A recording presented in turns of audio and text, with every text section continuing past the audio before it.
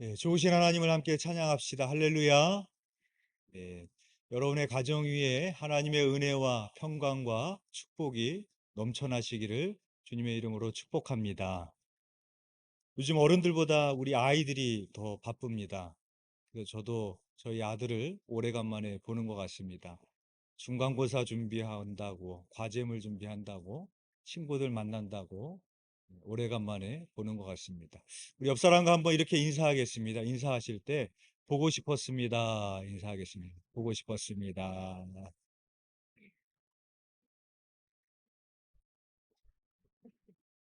오늘은 가족주의를 맞이하여 우리 아이들과 함께 예배를 드립니다. 그래서 오늘은 우리 아이들의 눈높이에 맞게 말씀을 준비했습니다. 오늘 말씀 제목이 뭐죠? 요즘 성경 모범입니다. 혹시 이 제목이 뭘 패러디한 건지 아시나요? 예, 뭐라고 하는데, 세계 최대의 OTT 플랫폼인 넷플릭스가 소비자에게 다양한 콘텐츠를 소개할 때 사용하는 광고입니다. 요즘 넷플 모범, 이렇게 광고를 하죠. 요즘은 말도 하지 못하는 아이들이 아직 말도 배우지 못했는데 엄마한테 그런답니다. 두둥, 두둥. 이건 뭔지 아세요? 예. 넷플릭스가 스트리밍 될 때 나오는 효과음입니다. 엄마한테 넷플릭스 틀어달라고 아직 말도 못하는 그 아이가 두둥, 두둥 그런답니다. 현대인의 집중력 저하가 무척 심각하다고 그럽니다. 미국 캘리포니아 대학의 글로리아 마크 교수는 집중의 재발견이라는 책을 썼는데 현대인들의 몰입 시간이 갈수록 줄어들었다고 합니다. 2004년 미국인들의 평균 집중 시간이 150초였는데 2012년에는 75초, 2016년엔 44초로 감소했다고 합니다. 현대인들의 집중력 감소의 원인으로는 수시로 울리는 휴대전화의 문자와 톡, 유튜브와 인스타그램, 페이스북과 같은 소셜미디어 때문이라고 그럽니다. 오늘같이 우리 자녀들과 함께 예배를 드리는 날이면 저희 집 아이들이 저에게 하는 질문이 있습니다. 뭐라고 하는가 하면 아빠 오늘 설교 몇 분 할 거야? 그럽니다. 저희 애들이 봤을 때 설교가 얼마나 은혜로운지는 중요하지 않아요. 설교가 짧으면 은혜로운 겁니다. 여러분의 표정을 보니까 여러분들도 동의한다는 표정을 짓고 계시네요. 네, 아닙니까? 네. 제가 만약 오늘 설교 1시간 한다고 지난주에 광고하면 아마 이 자리에 아이들이 아마 거의 없을 겁니다. 그만큼 점점 사람들의 집중력이 감소되고 있는 시대입니다. 그래서 여러분 유튜브를 보시면 유튜브 쇼츠라는 섹션이 생겼습니다. 그 유튜브 쇼츠라는 걸 보면은 불과 영상이 몇 초밖에 되지 않아요. 그러니까 무슨 말입니까? 요즘 아이들은 유튜브도 길면 안 본다는 거예요. 그래서 짧게 만들어야 됩니다. 몇 초짜리를. 그래서 아이들이 그 유튜브 쇼츠를 밤새도록 넘겨가면서 계속 그 유튜브를 그렇게 보는 겁니다. 그래서 이렇게 스마트폰과 인터넷과 SNS에 중독되어 살다 보면 인간의 뇌 구조가 바뀐답니다. 그래서 인간의 뇌의 전두엽이 변형을 일으키게 된다고 합니다. 혹시 팝콘 브레인이라는 신조어를 들어보셨나요? 이 팝콘 브레인이라는 말은 팝콘을 튀길 때 모습을 알죠?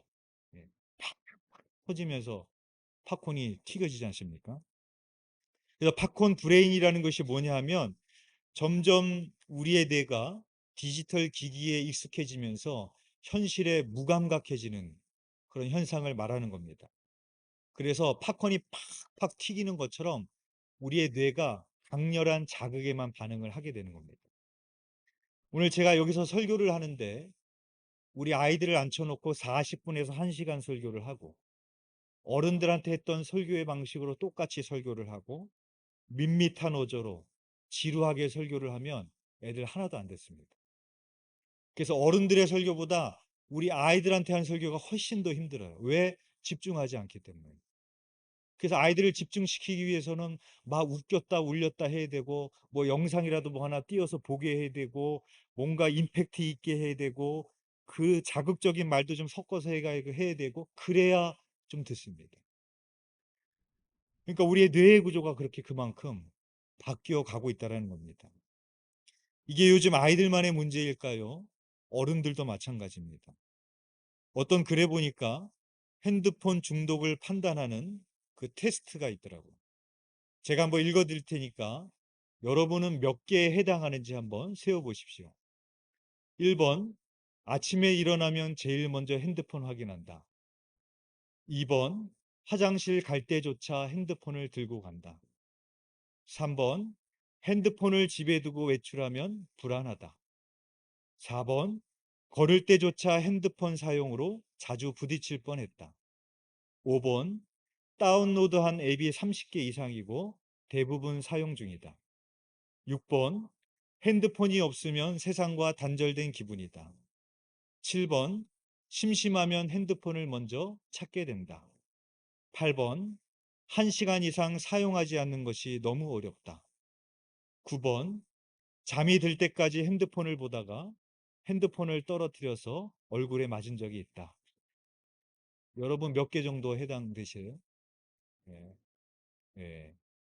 0개에서 3개는 정상, 4개에서 7개는 중독 초기, 8개에서 10개는 심한 중독이 됩니다. 뭐 아이들과 우리가 별반 다를 바 없지 않겠습니까? 그래서 이러한 시대에 우리가 왜 하나님의 말씀을 더 가까이 해야 되는가 하면 묵상은 전혀 반대이기 때문에 그렇습니다. 세상의 미디어들은 짧은 시간에 빨리빨리 봐야 됩니다. 그래서 영상을 보더라도 2배속, 3배속으로 돌려봅니다. 그러나 하나님의 말씀을 묵상하는 방법은 천천히 읽어야 됩니다. 그리고 많은 양이 아니라 작은 양을 반복해서 읽어야 됩니다. 그래서 묵상이라는 단어가 영어로 메디테이션입니다. 이게 어떤 의미인가 하면 되새김질한다는 뜻입니다. 소가 되새김질 하잖아요. 그렇죠? 소가 얼마나 여물을 천천히 이쁘게 씹습니까? 그리고 삼켰다가 다시 뱉었다가 다시 씹죠. 되새김질을 한다라고 그렇게 말을 합니다. 하나님의 말씀을 묵상을 할 때는 그렇게 소가 되새김질하는 것처럼 읽는 겁니다. 그래서 베네딕토 수련회에서는 이렇게 말한다고 합니다. 성경을 천천히 읽는 것이야말로 하나님을 만나는 것이다. 그렇게 말한답니다. 많은 양의 정보를 빨리빨리 받아들인다고 우리 인생이 변하지 않습니다. 오히려 미디어 중독에 빠질 뿐입니다. 그러나 하나님의 한 말씀이 우리의 인생을 변화시키는 겁니다. 아브라함은 그 한 말씀 때문에 아비본토 친척집을 떠나고 우상을 떠났습니다. 어거스틴은 그 한 말씀 때문에 그의 방탕한 삶을 청산할 수 있었습니다. 루터는 그 한 말씀 때문에 오직 의인은 믿음으로 말미암아 살리라는 그 말씀 때문에 종교 개혁을 일으킬 수가 있었던 것입니다. C.S. 루이스가 이렇게 말을 했습니다. 독서란 자아를 강하게 하고 똑똑하게 만들기 위해 하는 일이 아니다. 좋은 독서란 자아를 죽이는 자객을 만나는 것과 같다. 라고 말했습니다. 카프카도 이렇게 말했습니다. 책을 읽다가 머리를 한 대 맞은 듯 정신이 번쩍 나지 않는다면 그 책을 왜 읽는단 말인가? 책이란 우리 안에 얼어붙은 바다를 쪼개는 도끼가 있어야 된다. 그렇게 말했습니다. 이 두 사람이 공통적으로 이야기하는 것이 뭡니까? 좋은 독서란 책 속에서 칼을 든 자객을 만나는 것이고 우리 안에 얼어붙은 바다를 쪼개는 도끼가 있어야 된다는 겁니다. 하나님의 말씀이 그렇습니다. 히브리서 4장 12절의 말씀입니다. 하나님의 말씀은 살아있고 활력이 있어 좌우의 날선 어떤 검보다도 예리하여 혼과 영과 및 관절과 골수를 찔러 쪼개기까지 하며 또 마음의 생각과 뜻을 판단하나니 라고 말하고 있습니다. 여기서 좌우의 날선 검은 재물을 죽이는 검입니다. 제가 군대에 있을 때 단체 회식을 한다고 선임하사가 돼지를 잡으라고 시켰습니다. 그 군대에서 주는 짬밥을 먹고 자란 그 돼지를 잡으라고 선임하사가 시켜가지고 우리 고참들이 그 연병장에서 돼지를 잡는데 뭐 언제 돼지를 잡아봤겠어요?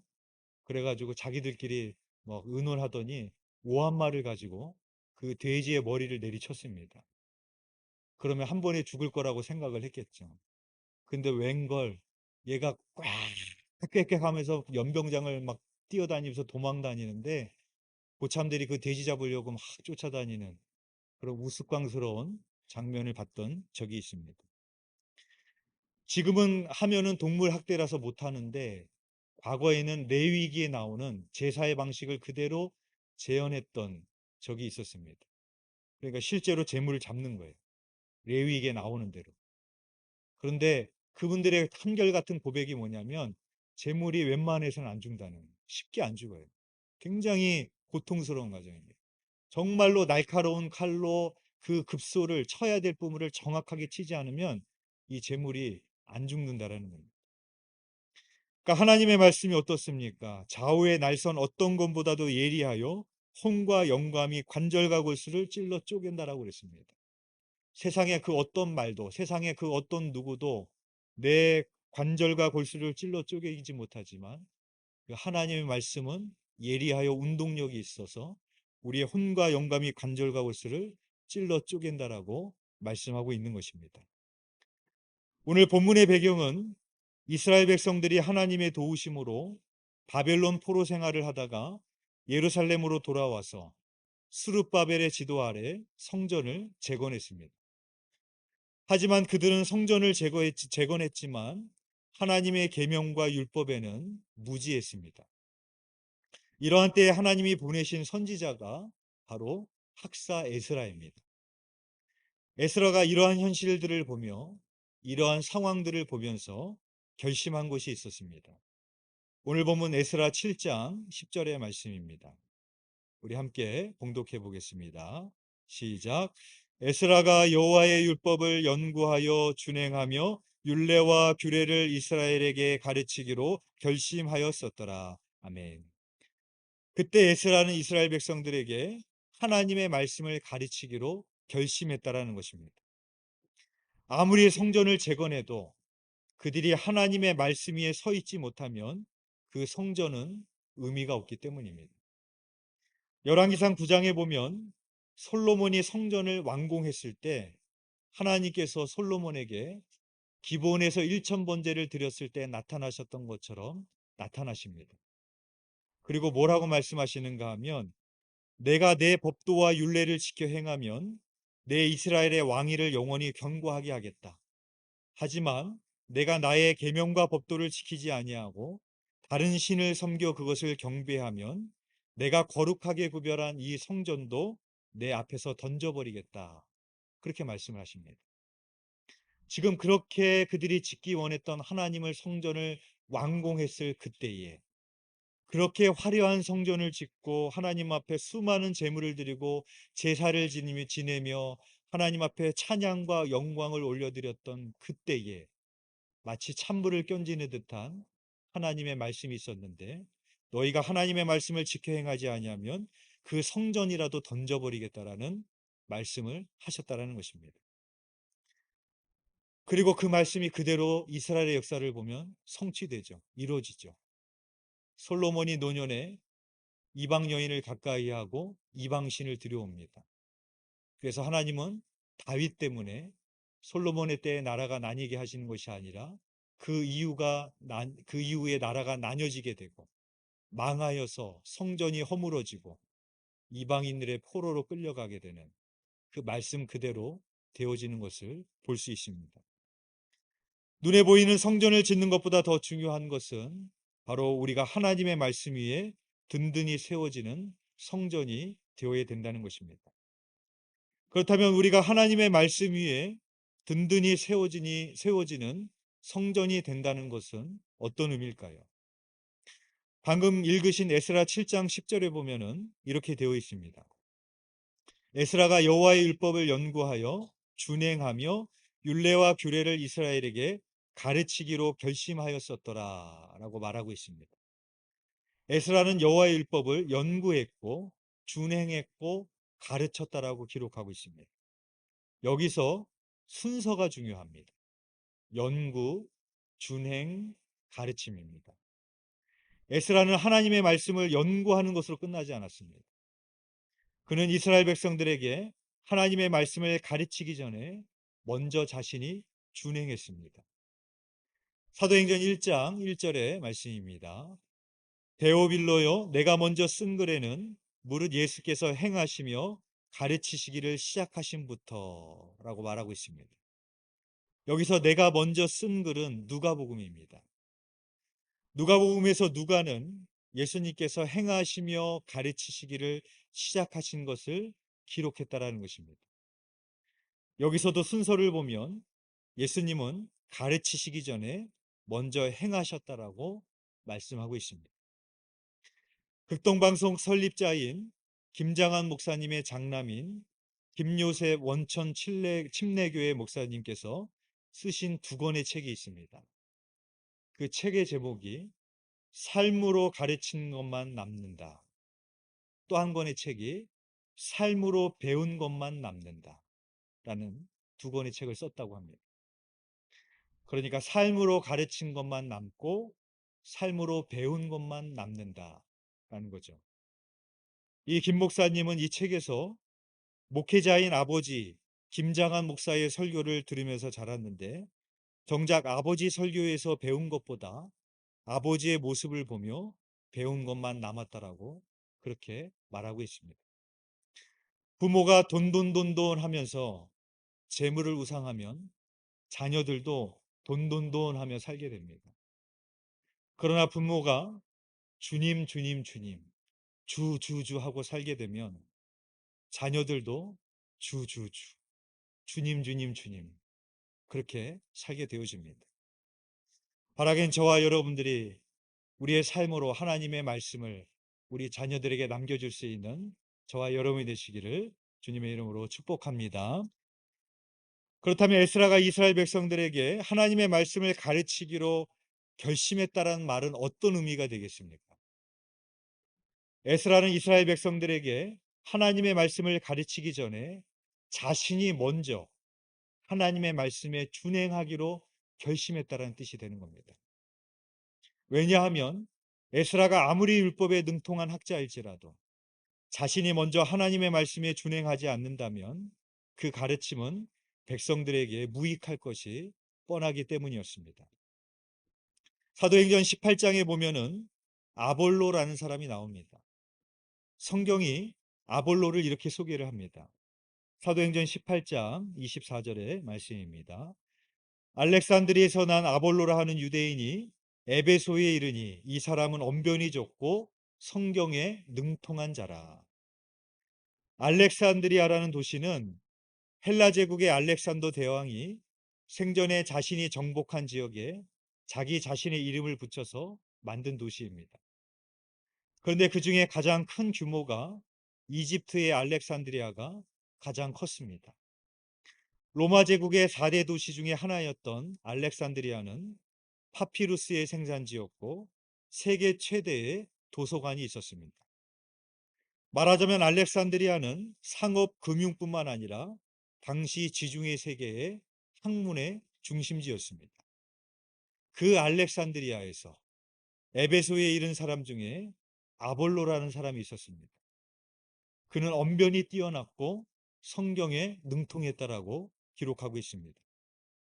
그런데 성경은 그 다음 구절에서 아볼로를 또 이렇게 소개합니다. 사도행전 18장 25절의 말씀입니다. 그가 일찍이 주의 도를 배워 열심히 예수에 관한 것을 자세히 말하며 가르치나 요한의 세례만 알 따름이라 라고 말하고 있습니다. 여기서 일찍이 주의 도를 배웠다. 오늘날로 말하면 모태신앙입니다. 어렸을 때부터 교회를 다녔고 어렸을 때부터 하나님의 말씀을 배웠습니다. 예수에 관한 것을 자세히 말하며 가르쳤다. 오늘날로 말하자면 목사입니다. 속장입니다. 교회 학교 교사입니다. 누군가를 말씀을 가르치는 사람이었지만 요한의 세례만 알 따름이었다 라고 말하고 있습니다. 그러니까 하나님의 말씀이 그저 지식으로만 채워져 있었던, 아직 성령으로 거듭나지 못했던 사람이었다라고 말하고 있습니다. 이때 아볼로가 브리스길라와 아굴라를 만나게 됩니다. 사도행전 18장 26절의 말씀입니다. 그가 회당에서 담대히 말하기 시작하거늘 브리스길라와 아굴라가 듣고 데려다가 하나님의 도를 더 정확하게 풀어 이르더라 라고 말하고 있습니다. 브리스길라와 아굴라가 회당에서 담대히 하나님의 말씀을 전하고 있는 아볼로를 봅니다. 그리고 그를 데려다가 하나님의 도를 더 정확하게 풀어 말해줬다라고 기록을 하고 있습니다. 브리스길라와 아굴라가 바울을 만나기 전에 직업은 텐트를 만드는 일을 했습니다. 그러면 출신으로 보면, 직업으로 보나 누가 누구를 가르쳐야 되겠습니까? 아볼로가 브리스길라와 아굴라를 가르쳐 줘야 되지 않겠습니까? 그러나 그렇지 않았습니다. 오히려 브리스길라와 아굴라가 하나님의 말씀을 아볼로에게 가르쳐 주었습니다. 왜 그렇겠습니까? 브리스길라와 아굴라는 원래 본도에서 텐트 메이킹을 하던 사람이었습니다. 그러나 나중에는 바울을 만나서 바울을 쫓아다니며 선교를 하는 동역자가 되었습니다. 다시 말해 브리스길라와 아굴라는 복음을 위해서라면 자신의 사업도 뒤로하고 세상의 유익도 뒤로하고 하나님의 말씀을 준행하며 복음을 전하며 살았기 때문이었습니다. 오늘 본문에 보면 학사 에스라를 소개하기 위해서 족보가 나오고 있습니다. 성경에서 족보가 나올 때 그냥 나오는 게 아닙니다. 다 중요한 의미를 갖고 있습니다.